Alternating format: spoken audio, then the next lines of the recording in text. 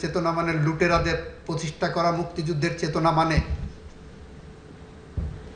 বিদেশে আমার দেশের লক্ষ লক্ষ টাকা, ডলার, পাউন্ড পাচার করে বেগম পাড়ায় বাড়ি বানানো। এমন একটি সমাজ ব্যবস্থার মধ্য দিয়ে একটি বৈষম্যহীন সমাজ প্রতিষ্ঠার জন্য জুলাই বিপ্লবের সময় যে আন্দোলনের সূচনা হয়েছিল, শান্তিপূর্ণ আন্দোলন ছিল। দাবি উঠেছিল, আমরা চাই এ সমাজ বৈষম্যহীন হোক। দাবি উঠেছিল, এ সমাজ ন্যায় বিচার প্রতিষ্ঠা হোক। দাবি উঠেছিল, এই সমাজে মানুষের অধিকার প্রতিষ্ঠা হোক। দাবি উঠেছিল, এই সমাজে গণতন্ত্র প্রতিষ্ঠিত হোক। সমস্ত দাবিকে কণ্ঠরুদ্ধ করার জন্য যে নির্মমভাবে হত্যাযজ্ঞ চালানো হয়েছে, আমার দেশে 30,000-এর মতো মানুষ এখনো পঙ্গুত্ব বরণ করছে। 36 দিনে তাদেরকে গুলি করে পঙ্গু করা হয়েছে। প্রায় 2,000-এর মতো মানুষকে হত্যা করা হয়েছে এবং তারপরেও তাদের মধ্যে কোনো অনুশোচনা হয়নি। পৃথিবীর ইতিহাসে আমরা দেখেছি অনেক স্বৈরাচার পালিয়ে গেছে।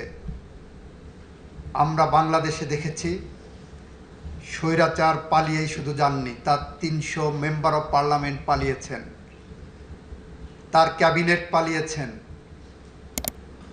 তার শপথবদ্ধ রাজনীতিবিদরা পালিয়েছেন। পৃথিবীর ইতিহাসে এরকম স্বৈরাচারের জন্ম হয়নি। আমরা মনে করি, যদি স্বৈরাচারদের কোনো সমিতি করা হয়, তাহলে আজকে যে স্বৈরাচারের বিচারের মুখোমুখি এই রাষ্ট্র করেছে, যে খুনের বিচারের মুখোমুখি করেছে, সেই সমিতির সভাপতি হতে পারে। হিটলারের গোয়েবেলস যদি বেঁচে থাকতেন আজ, হয়তো ভাবতেন মিথ্যা কথা শেখার জন্য, মিথ্যা কথা বলার জন্য, মিথ্যা সংস্কৃতি চালু করার জন্য পিএইচডি করার প্রয়োজন। সেই পিএইচডি করতে হয়তো উনি এই স্বৈরাচারের কাছে আসতেন এবং সেই স্বৈরাচারের নাম শেখ হাসিনা ওয়াজেদ, যিনি আজকে আপনাদের সামনে একজন আসামি ছাড়া আর কিছুই নয়। আমাদের এখানে ব্যক্তিগত কোনো আক্রোশ নাই, কারোর বিরুদ্ধে, কোনো ব্যক্তির বিরুদ্ধে আমাদের কোনো ক্ষোভ নাই।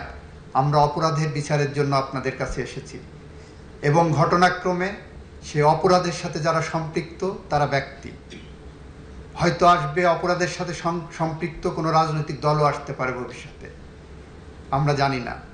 কিন্তু আমরা এতটুকু বলতে চাই, আমরা ন্যায় বিচার চাই, বাংলাদেশের মানুষের স্বপ্নের বিচার চাই, বাংলাদেশের মানুষের স্বপ্নের বাংলাদেশ চাই। যে বাংলাদেশ যদি আমরা গড়তে ব্যর্থ হই, তাহলে কবি হেলাল হাফিজের ভাষায় আমরা উত্তর পুরুষের ভীরু কাপুরুষের উপমা হয়ে থাকব। আমরা এই প্রজন্ম সেটা চাই না। আমরা চাই না বলেই আবু সাইদ মুগ্ধের রক্তের শপথ নিয়ে আমরা আপনাদের সামনে এসেছি। আমরা বলতে এসেছি, আবু সাইদরা যে রক্ত দিয়ে গেছে, যে বাংলাদেশ গড়ার প্রত্যয় দিয়ে গেছে, যে মশাল আমাদের হাতে দিয়ে গেছে, আমরা আমাদের জীবনের শেষ রক্তবিন্দু দিয়ে হলেও সেই মশালকে প্রজ্বলন রাখব। ন্যায় বিচার প্রতিষ্ঠার পথ সুগম করব। সেই প্রতিষ্ঠায়, ন্যায় বিচারে, আইনি কাঠামোয় আমরা সর্বোচ্চ শাস্তি চাইব।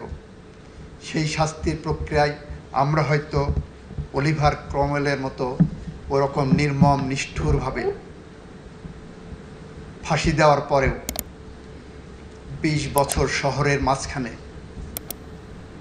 কোনো অপরাধীর মস্তিষ্ক রাখার ওই নির্মমতায় যেতে চাই না। আমরা আইনি প্রক্রিয়ার মধ্য দিয়েই